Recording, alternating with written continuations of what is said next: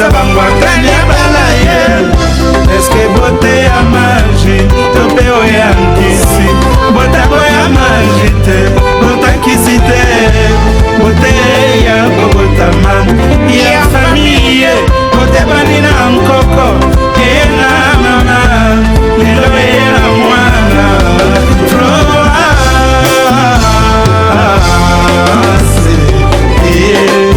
na bata nyonso balulie nobosana teke bolulie mpona bosomi po Florence aliwanga notikango kotungisaka ye na nzela po Florence aliwanga notikango kotungisaka ye na nzela.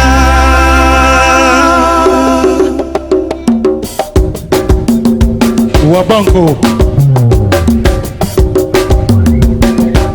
nayoki pasi Rami Amisi, nayoki pasi Dani Mamani, nayoki pasi Alpha Ngungwe, nayoki pasi Ponce Asana Mbokolo, nayoki pasi Jean-Aimé Lundie, nayoki pasi Francis Dimwala, bato nyonso kaka Florence, bato nyonso kaka mama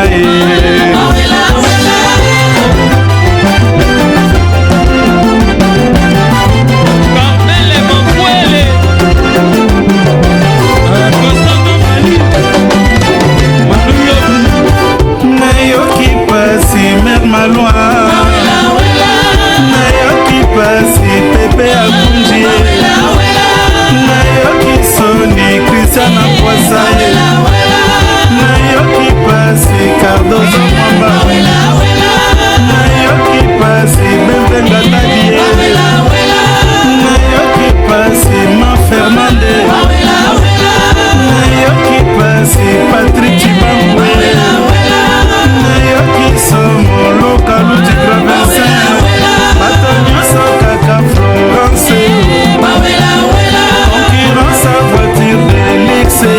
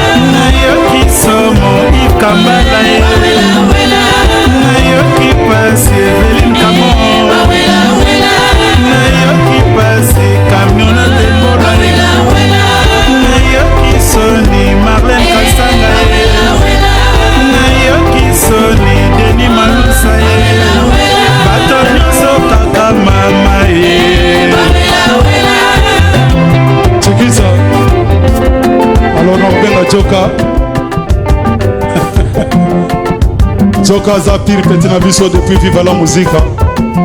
Eva la Makwiza, le Duc Carmel. Zoka a présenté un Olympia parce que les lots conflits Sili. Alors Baramaka Monabiso na Kinité.